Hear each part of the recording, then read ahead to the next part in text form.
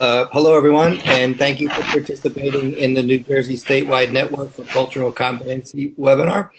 The NJSNCC includes a network of over 130 organizations and agencies, and its mission is to facilitate access to equitable and quality services for individuals, families, and communities through culturally and linguistically appropriate service delivery. One of our main activities is to offer webinars throughout the year on a variety of different topics. Today's webinar title is Health Disparities. You know there's a need, now prove it. This entry-level presentation will explore online sources of reliable health statistics, research, and evidence-based community interventions. The emphasis of this presentation will be on free information resources and may be of particular interest to community-based organizations, public health workers, public library staff, and others who do not have access to an academic library resources. My name is Hank Dahlman, and I'm an instructor at the Rutgers Robert Wood Johnson Medical School, and I'll be the moderator for this webinar. Before I begin, though, I'd like to address just a few housekeeping items. Because of the number of participants, your telephone lines will be muted throughout the call. However, using the webinar technology, you can submit questions at any point during the presentation via either the questions or the chat box that you'll see on your webinar console. I'll compile your questions and they'll be addressed by the speaker either during the presentation as we go, or we also plan to dedicate a period to answer questions at the end. This webinar will be recorded and archived on the NJSNCC website. Finally, a short survey will pop up on your screen immediately following the webinar. Your feedback is important to us, and we appreciate you taking the time to fill it out. Now I'm honored to introduce our speaker for today. Kate Flewelling is the Executive Director of the National Network of Libraries of Medicine, the Mid-Atlantic region. Based at the University of Pittsburgh and funded by the National Library of Medicine, the NNLMAR promotes the access and use of high-quality health information for health professionals and the public. Kate is responsible for leadership, development, administration, and evaluation for all of the programs of the Mid-Atlantic region, including outreach services such as project funding, training, presentations, exhibits, and other types of public programs. She is a regular speaker at national and regional conferences on the use of information for environmental health, LGBT health, and minority health initiatives.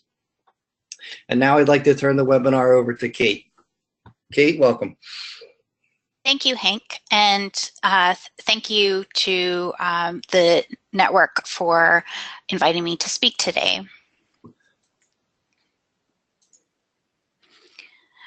That's me, although this week I got about 6 inches of hair cut off, so I look a little different than that picture. As Hank mentioned, I am the Executive Director of the National Network of Libraries of Medicine Middle Atlantic region. I'm also speaking as past chair of the Relevant Issues section for my professional organization, the Medical Library Association.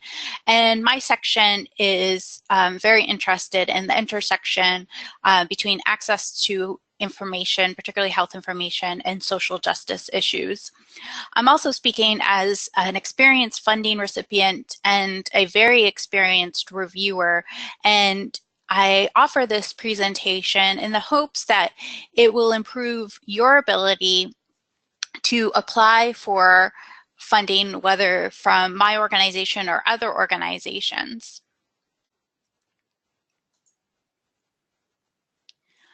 I am funded by the National Library of Medicine, which is part of the National Institutes of Health. But as my funding statement says, this content is solely responsible of the authors and does not necessarily reflect the official views of the National Institutes of Health. A lot of times you hear the term health disparities, and I used it in the title of this presentation, but a lot of times what we think of as health disparities are really health inequities.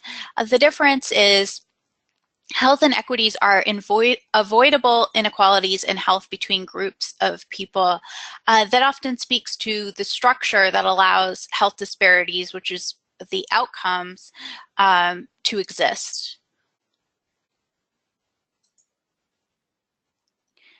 talking about health disparities and health inequities is not a new topic. In the early 1980s, there was nonviolent resistance in Warren County, North Carolina, which was a largely African-American county, to a proposed and ultimately successful landfill of PCB. And a report from the Commission for Racial Justice at the United Church of Christ found that race proved to be the most significant among variables tested in association with the location of commercial hazardous waste facilities, and found at the time that 4 out of 5 African Americans in the United States lived near toxic waste or hazardous waste facilities. While this is not a new topic, it is certainly a current topic. This was a report from a recent example of environmental injustice that caused enormous harm to the community.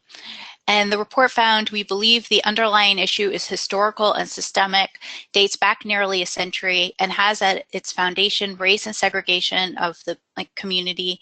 These historical policies, practices, laws, and norms fostered and perpetuated separation of race, health, and opportunity. Just want to take a minute and think, which community might this be talking about? This was a report that came out from the Michigan Civil Rights Commission just a few months ago, addressing the Flint water crisis.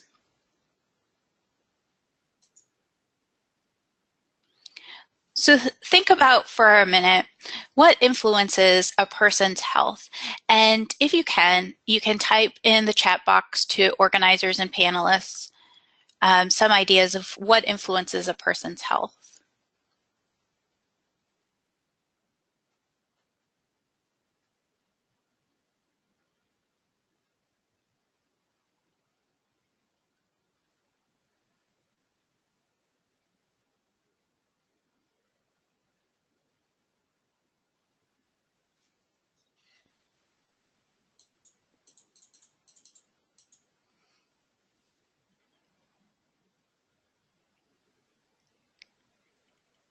Okay, somebody put environment, stress, socioeconomic status.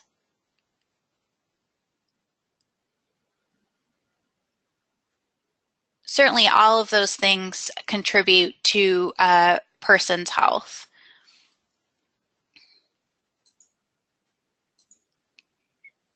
And what we're talking about when we talk about things other than genetics or lifestyle, eating well, when we're talking about things like housing, socioeconomic status, access to care, education, all of those are considered social determinants of health.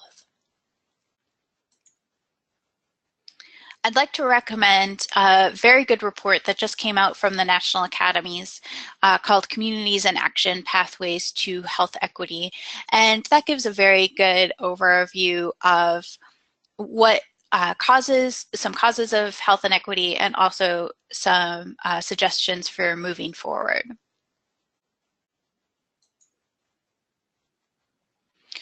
So why would we need to prove anything if we do know that health disparities exist? Often we can see them in with our own eyes, in our communities, on the news, within populations we work with.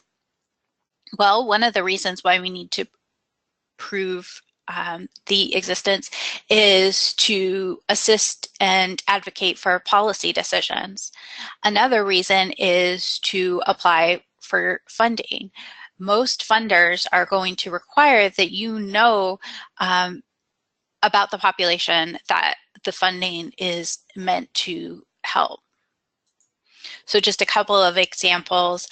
This is from the New York, New Jersey area common application from Philanthropy New York, and they require that you describe the need or problem that your organization works to address and the population that your agency serves, including geographic location, socioeconomic status, race, ethnicity, gender, sexual orientation, age, physical ability, and language. My organization provides small amounts of health information outreach, and we require that applicants demonstrate evidence of need, which includes demographic information that supports the need for the project, a description of information resources or services currently available, any relevant barriers, known needs assessment, or any relevant statistics or literature that supports the needs, and to describe the target population, including numbers and types of health professionals, patients, members of the public, estimate of how many of those that the project will reach, characteristics including applicable health issues, and the geographic area in which the project will take place. All of Us, which is a national initiative from the National Institutes of Health, which is starting beta testing this week and will be launched later in the year, early next year, asked engagement partners to describe the community served, including details about geography, demographics, and languages spoken. So if you are a community-based organization, how do you find that evidence when you don't have access to a large academic library? Today I'm going to offer two main sources of information: data and statistics, as well as examples of how to find evidence-based, community-based practices.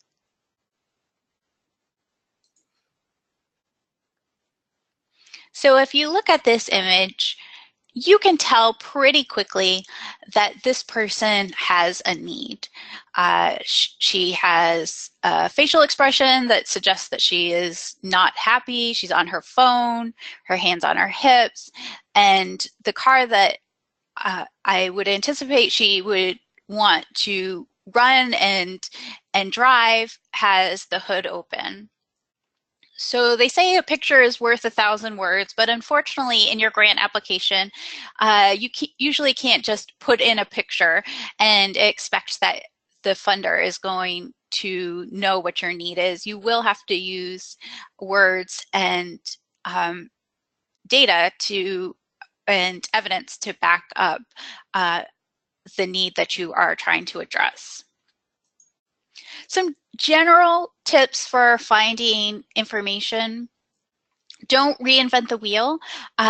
Do not do a community-wide data collection initiative if you do not need to. That tends to be time-consuming and expensive, so use existing sources whenever possible. Think about who might collect the needed data. Think about what kind of organizations or government agencies might already have the data that you're looking for. But consider the source. Not all information is created equal, and we've all seen examples of numbers being tossed out without a lot of backing to support those numbers. Always cite your source. I have to say this as a librarian.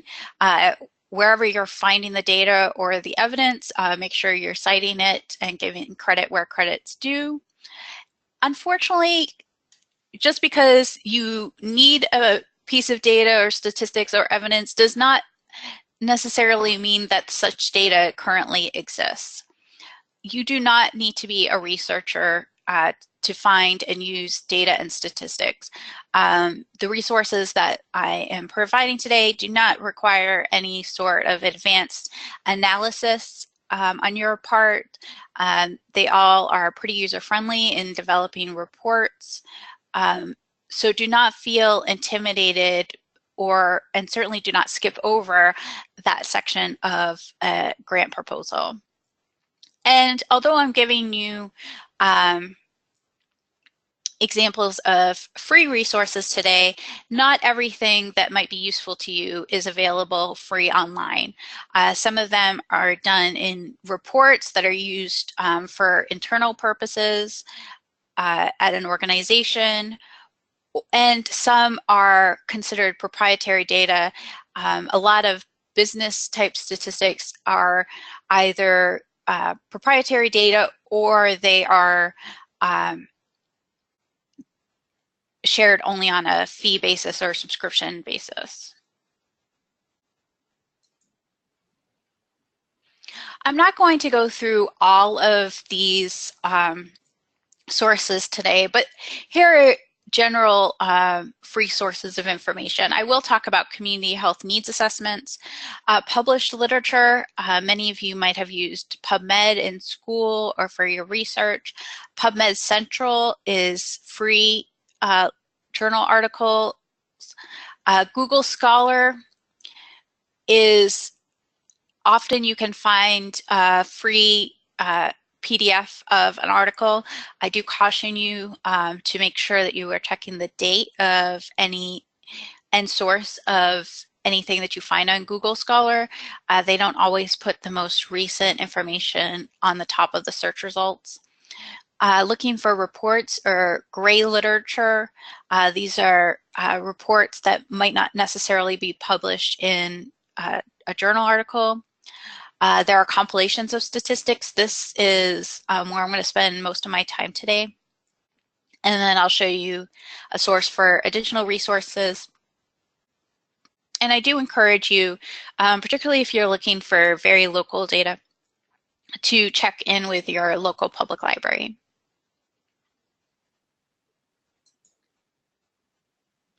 The Office of Minority Health has numerous data sets to support health disparities research and projects. They also put out weekly and monthly compilations of resources, training, and funding. So you can go to their website and look for those. They have, we did a webinar with the head of the Resource Center at the Office of Minority Health. I've given you the link to that recording so that you can see all of the services they do. They also do capacity assistance. So if you are looking to do more work in minority health or health disparities, I encourage you to send them an email or give them a call because they may be able to put together a list of specific resources for you. They also have very good fact sheets on and snapshots of minority population profiles.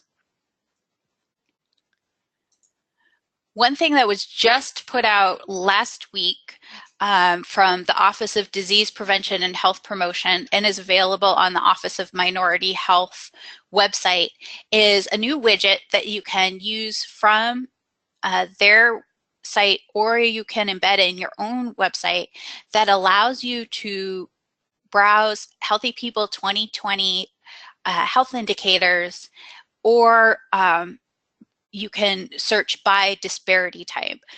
So here you can look at chronic disease burden, access to health care, and other health issues that might be sources of health disparities.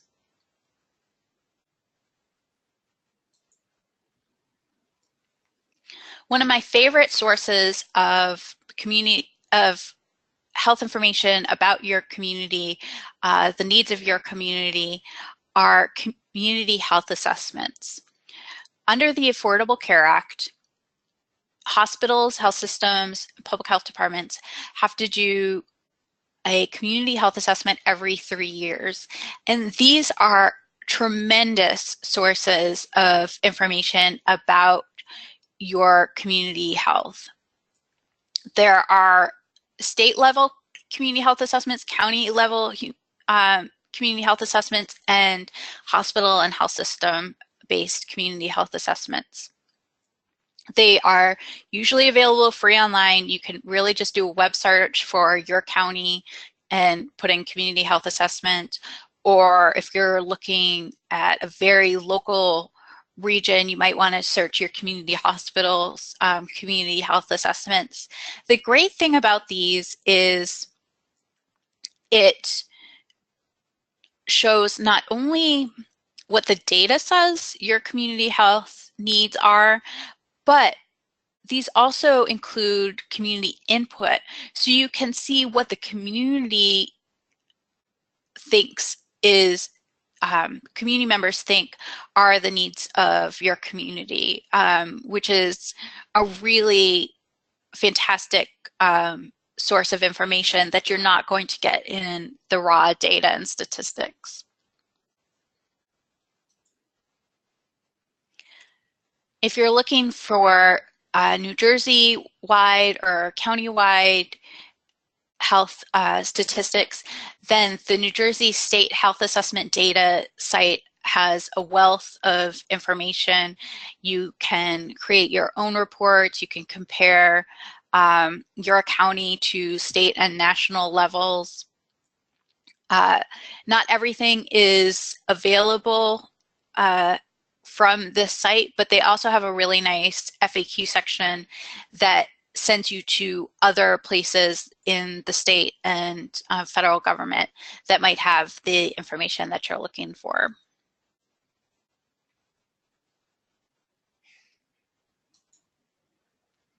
If you are not in New Jersey, I would say New Jersey has a better than a lot of places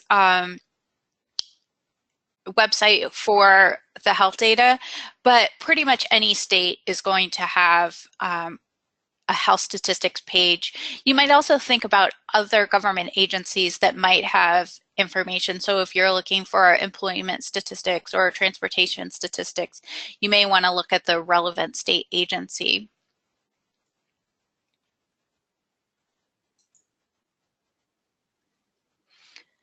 There are a couple of location-specific websites that allow you to compare your state or county nationally or with peer counties.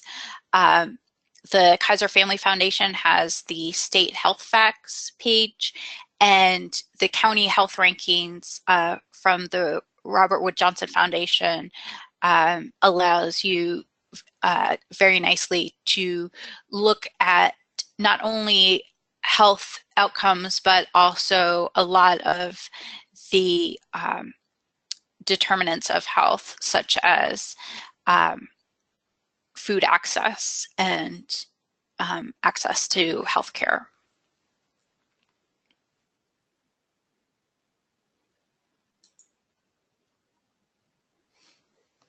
I love the CDC's community health status indicators.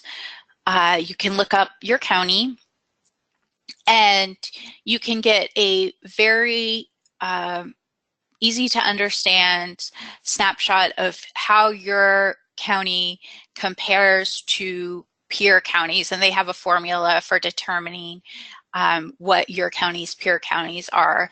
And so you can see, okay, is your county doing better than peer counties? Where is it doing about the same as your peers, and where is it doing worse? And that can help you determine priority areas.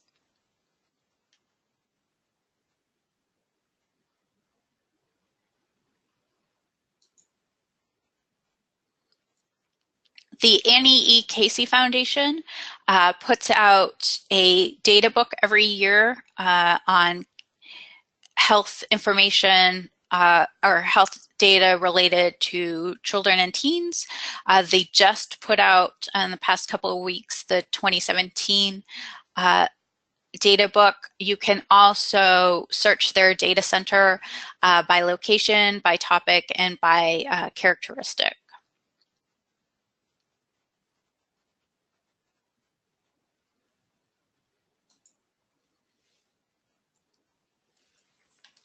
Another resource from the CDC is the 500 Cities Project. There is map books for each of the 500 cities.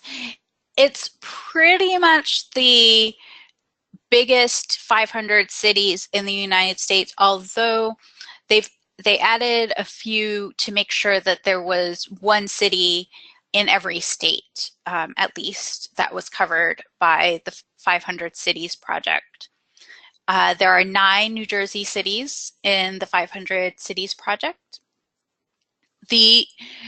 For a while, they've had map books for each city, so you can go to, say, the Camden map book and see a variety of different pre-printed maps for different indicators in the city.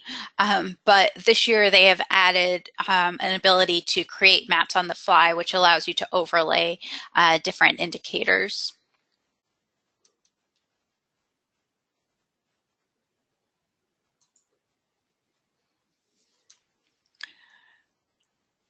The federal government has a variety of statistics, and you may not always think that departments outside of the Department of Health and Human Services would have relevant data for health. But when you think, okay, what might the United States Department of Agriculture Economic Research Service, what kind of health information might they have? Well, they have information on access to food. They have information about who is getting food assistance in your state or your county, access to grocery stores. They have one map that you can create that shows the growth in fast food restaurants in your county over a period of time. That's what this map is showing in my state, in Pennsylvania, the rise in fast food restaurants. And the blue up at the top of the state, those are two or three very rural counties, and they have had over 50% growth in fast food restaurants in that 5-year period.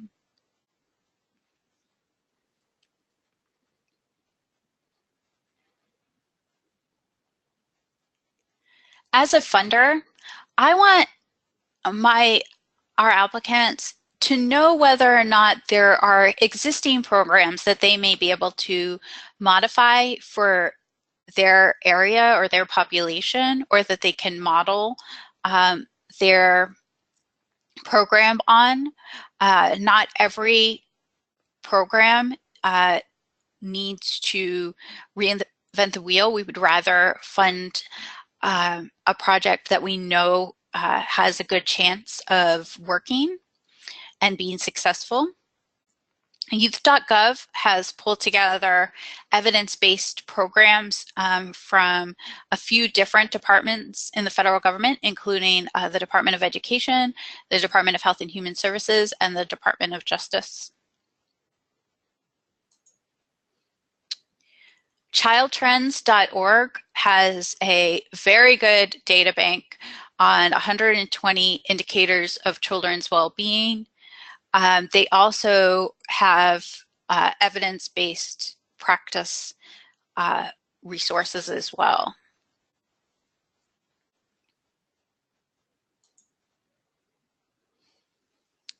The CDC has a very good, slightly limited Community Health Improvement Navigator, which allows you to find evidence-based interventions on a few different risk factors, including tobacco use, unhealthy diet, obesity, diabetes, physical inactivity. You can limit by what population has been addressed,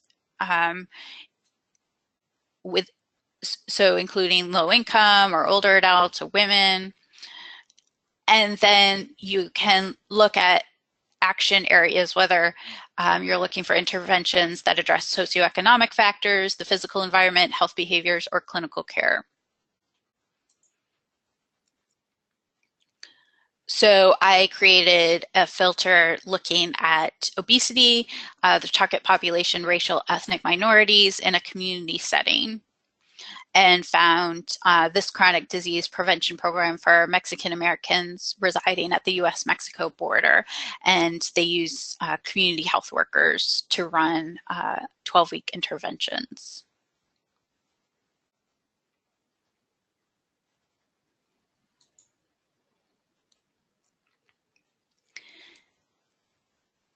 phpartners.org is a website that was developed by the National Library of Medicine, my funding agency, in collaboration with the American Public Health Association, NACCHO, the Schools of Public Health, the CDC, and other major US government agencies and public health organizations. It is meant to be sort of a one-stop shop for the public health workforce to find high-quality information, current news, as well as resource guides on a few broad public health topics, including environmental health, nutrition, and obesity. Under the main topic pages, you can find information, resources for health promotion, health education, legislation and policy, relevant discussion and email lists, even information about professional education and jobs and careers. But I want to focus on two of the main topic pages. And that is the health data tools and statistics and literature and guidelines. Most of the resources that I am talking about today or have talked about today are included in these lists. However, there may be other sources that I have not talked about today that are listed that may be quite relevant to you. So the list includes county and local health data, state health data, individual state and metropolitan data, national health data, global health data, information about finding demographic data, even some resources for how to collect data. The literature and guidelines includes links to evidence-based practice resources, including several that I talked about today, but also journal article databases, reports, that gray literature that I was talking about, and public health guidelines, which may give you some ideas for interventions to try in your community.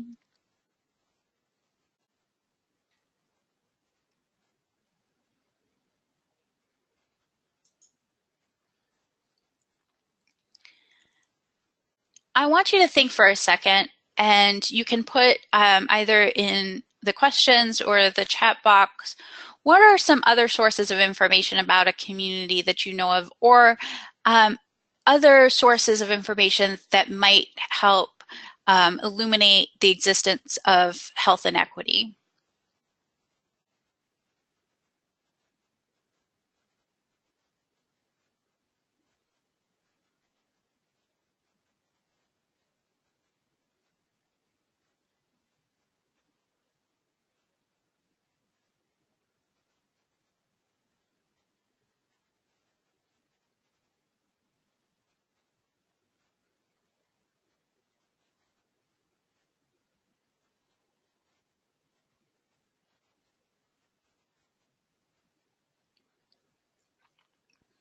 Well, you may want to talk to community members either through focus groups or surveys or key informant interviews. You may have data on your organization's service utilization. You may have news reports. There might be a journal article that you've seen in the American Journal of Public Health or another source. So there are other sources of information, and I don't want it to discount, even as we talk about sources of data and statistics and evidence-based practice, the importance of really working with your community, especially if you are not a member of the community that you are serving, to get a sense of what they think their needs are and what might be potential solutions, because you can find a wealth of information and ideas by simply talking to the community that you want to work with.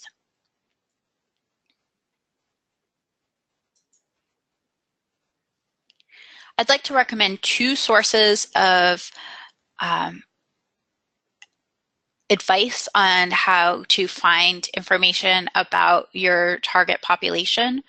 My organization has an evaluation office, and they've created 3 very simple, easy to use workbooks. The first one in particular, Getting Started with Community-Based Outreach, provides worksheets on developing partnerships, going to a site visit for a potential partner, developing focus groups and survey mechanisms. And the Community Toolbox, which is just a wealth of information for anybody doing nonprofit work, has a really nice page on how to assess community needs and resources.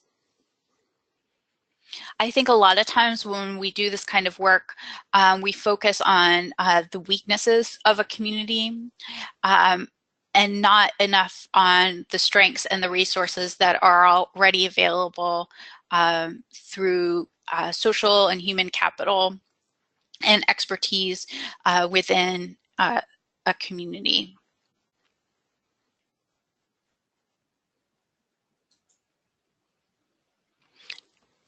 I'd like to put in a plug for my organization, the National Network of Libraries of Medicine Middle Atlantic Region, as we can provide training to your organization, either through a webinar or in person, on health information for your populations, whether you work in a clinical setting or public health or environmental health, or a community-based organization looking for personal health information. I will also be providing a webinar through the Network for Cultural Competency on finding multilingual and multicultural health information, and that will be in the fall.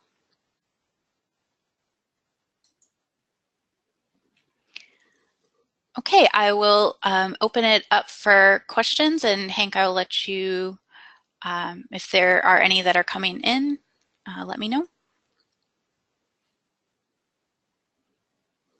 Okay. So I would just remind everyone that they that you can send in some questions at this point, in either in the question box or the chat box, and then we can pass them on.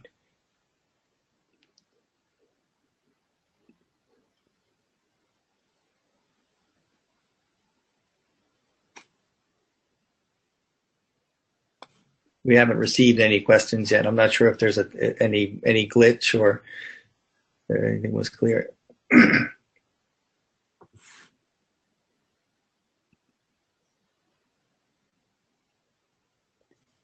Well, one question occurred to me. It seems like there was a lot of great resources and a lot of places to go and get stuff, get information. The thing I always struggle with is kind of, where do you start? So, I mean, sort of as a researcher, as a reviewer of grants, I guess, before you even get to that point, if you have an idea and you kind of know where to go, I mean, do you have any suggestions just where to start, just to start making your list about things, collecting information?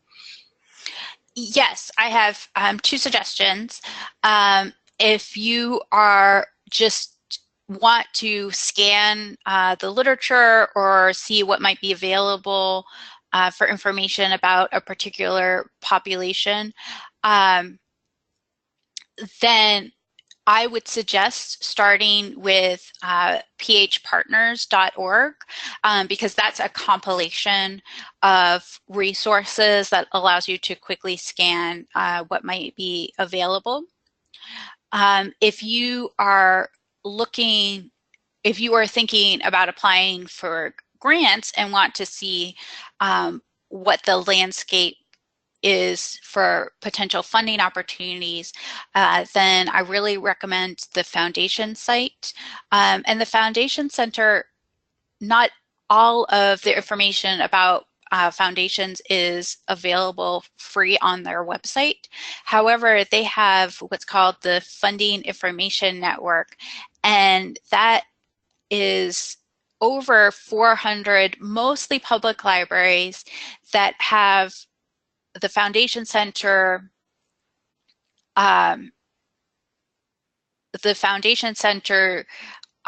database fully available, as well as other resources and staff that are specially trained to help you find potential funding sources.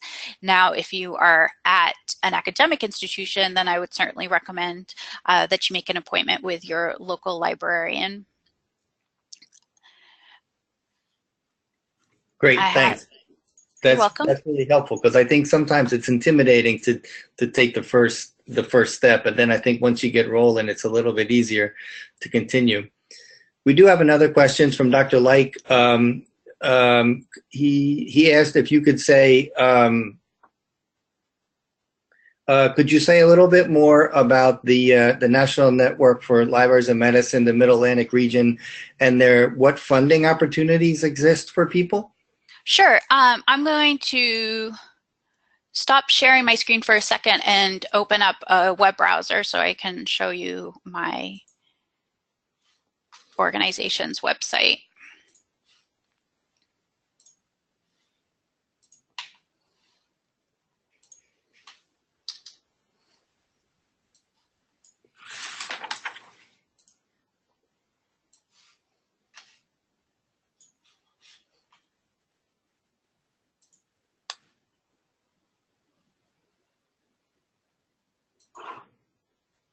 Okay, this is my organization's website for the National Network of Libraries of Medicine, and our funding is available to any member of our organization. The membership is completely free, and any organization that provides or uses health information is eligible.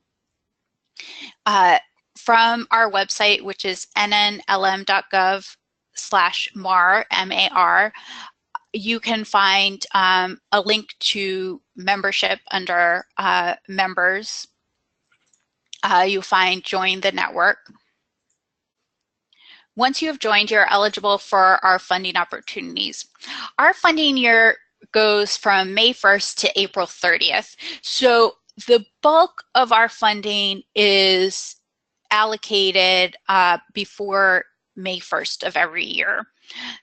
And typically what we fund is health information outreach awards to either clinicians or to the public or to the public health workforce. We also have funding that is available to encourage partnerships between public libraries and emergency responders in public health.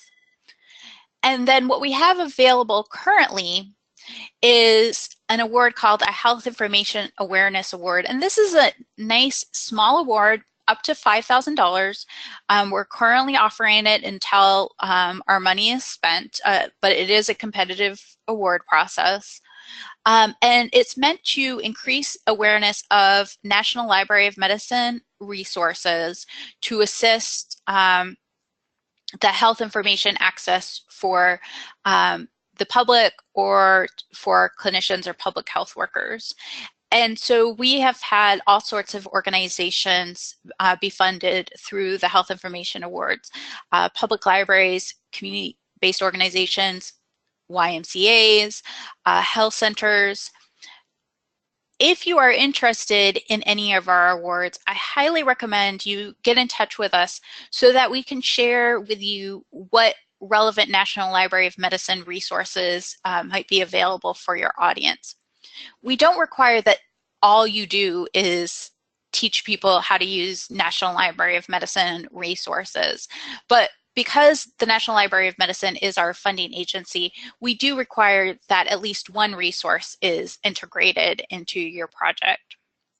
So if you're thinking about doing a health fair or some sort of intervention, one example we recently funded in a borough near Pittsburgh, where I live, is a community-based organization that has a program called Family Table, and they provide training for the whole family on creating nutritious dinners that the whole family can enjoy using food that you can find at the dollar store or at the food bank, or using nutrition assistants. And the parents are taught how to prepare meals. The kids are taught doing some sort of fun health activity, and then everybody has dinner together as a family.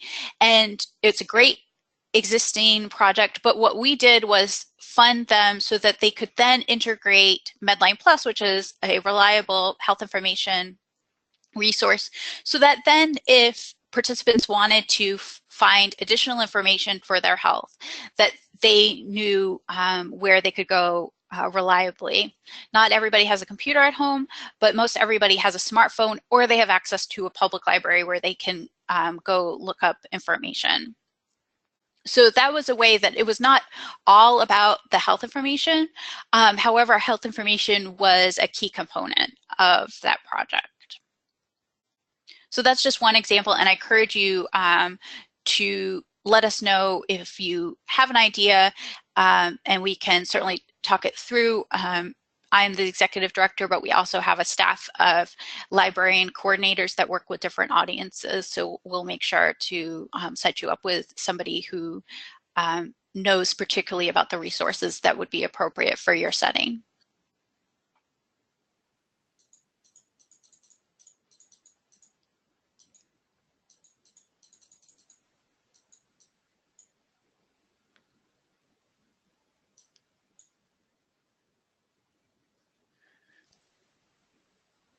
Are there other questions? I was on mute, sorry. The one question that came in was, is there one website that has links to all the resources and different sites that you mentioned? phpartners.org has most of them. Under the health data, tools, and statistics, and the literature and guidelines. And you can also go to my PowerPoint, which I think has been put in the chat box. And Nancy, will you be able to send to registrants a link if they are unable to see it in the chat box? Yes. I will actually post it on the handouts. Oh, great, on the website. Yep. Excellent. And I'd also just remind everyone too that the webinar is being recorded and will be posted to the New Jersey Statewide Network for Cultural Competencies website. So you'll be able to listen to the webinar again, and in the very least pull out all the links and everything from that audio. It just takes a little bit of time to post it, but we will get it up. I will also, sorry to quickly go through my slides, so I will also put up my contact information. Oops.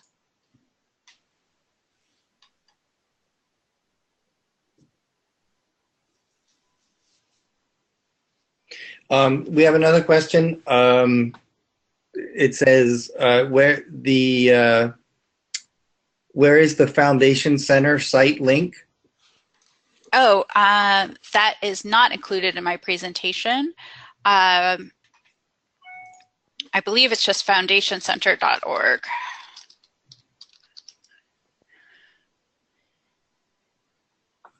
Yes, and under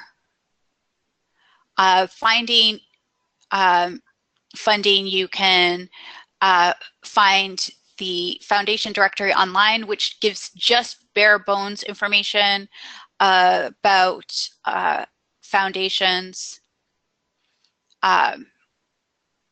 Under improve your skills, you can find free training opportunities, and under, I think it's under locations. Yes, under About Us locations, you can find your nearest funding information network location. You can search by zip code or by city or by state.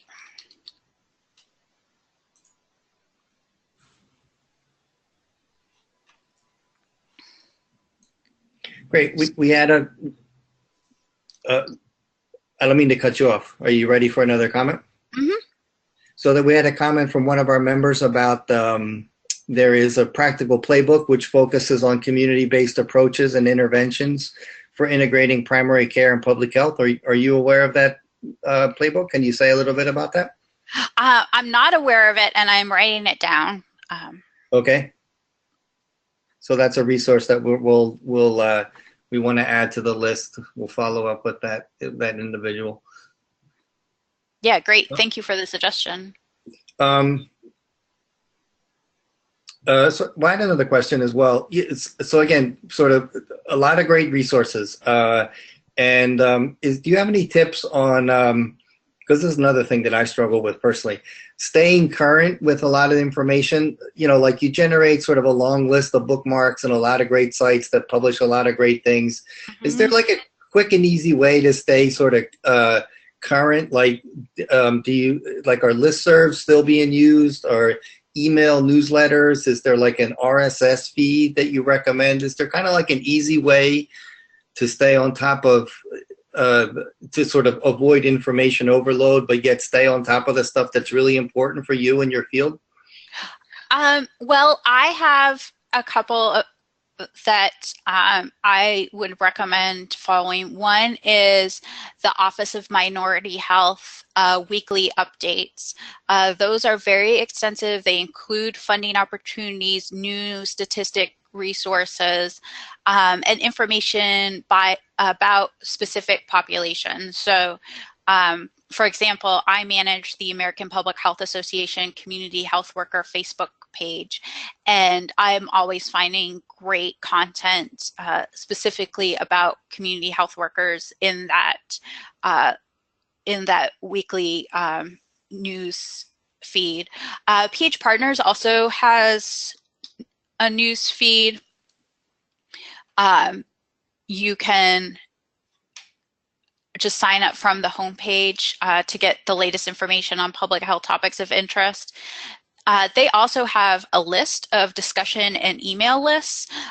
So if you are looking for more specific public health or community-based information, for example, on health literacy, there's a listserv for that.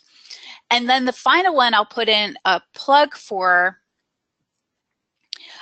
is bringing health information to the community. This is a national blog that my organization manages. I used to be a contributor for it, and we compile 2 or 3 days a week 3 new either health information resources, statistic resources, reports, and other information around health information for underserved communities. And that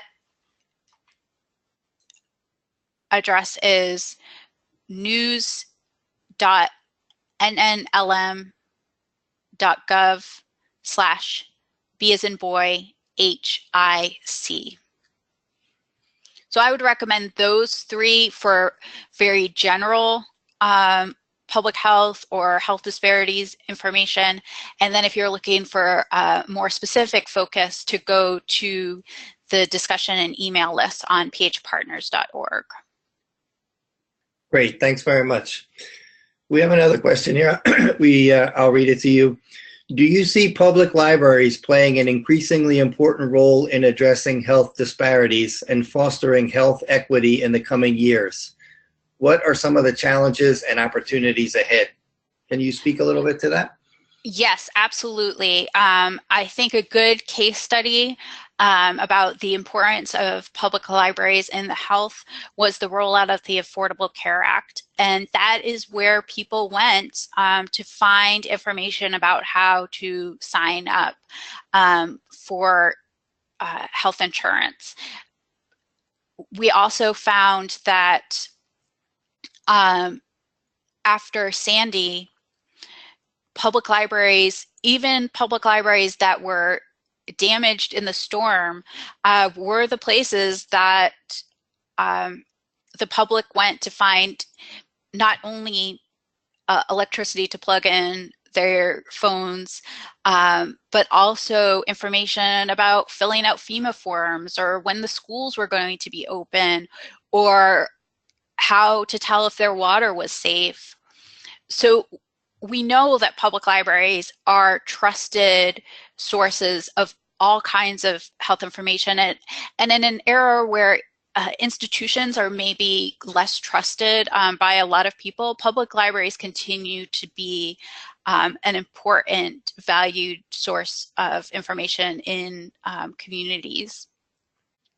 And we believe at the National Network of Libraries of Medicine, and the National Library of Medicine believes that public libraries have a very important role to play.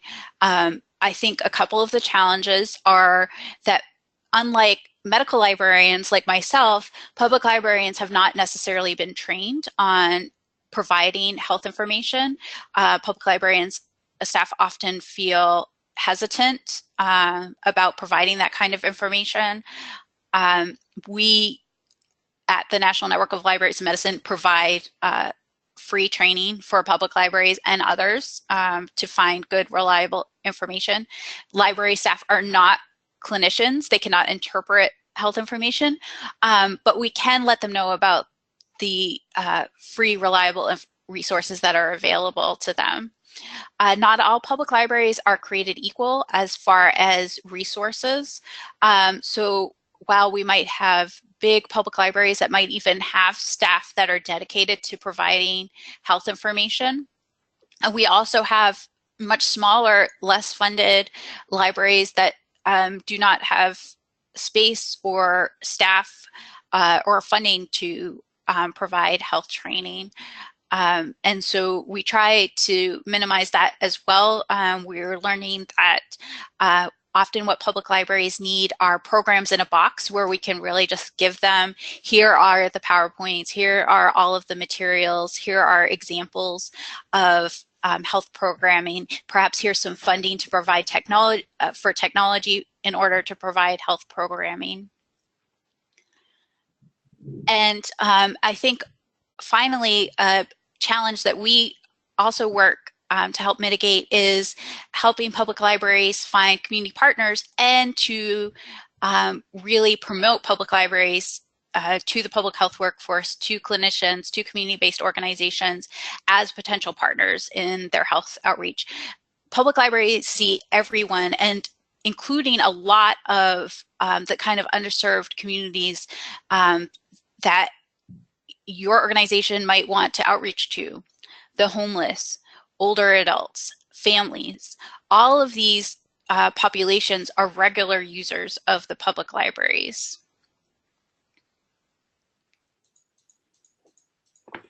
Great. Thank you very much, Kate. We've reached just about the end of the webinar, so I want to thank you very much for all the information that you presented. And I want to just announce a couple of quick things, is that we have just posted a PDF copy of the presentation. It should be available to all the attendees through a link in the question box, so you should be able to see that. I'd also like to let everybody know that the New Jersey Statewide Network for Cultural Competency will be holding its annual conference on December 8th. And the topic of the conference is improving health and mental health literacy in diverse communities, why partnerships matter. And that will be held in East Windsor, New Jersey. It will be held in partnership with the New Jersey State Library with funding and support from the New Jersey Department of Health and the National Network of Libraries of Medicine, the Mid-Atlantic region. Registration will open for the conference on August, that's August 1st of this month. You can get more details on that from our website, which I'd also like to mention that the New Jersey Statewide Network for Cultural Competency, or NJSNCC, has a website that you can find very easy through Google. And then one other thing that I'd like to mention too is that we do have a Facebook page, and so that's a lot of people are on Facebook and social media. And if you go to www.facebook.com/NJ Statewide Network, you can check out some more of our activities and resources through the Facebook page. And then one last thing, this webinar will be recorded and posted on our website. Just give us a little bit of time to get that up there, but if you would like to listen to it again and pull out some of the great resources, you'll be able to do that. So again, Kate, I want to thank you very much on behalf of the New Jersey Statewide Network for Cultural Competency for giving us this webinar, and I'd like to thank everybody for participating. Thank you. And just to clarify, I'm sorry, it's the conference will be on December 5th, not December 8th. Oh, I'm sorry. Thank you. Thanks. I had December 8th now. Okay. We're done. Is that? Thank you again, everybody.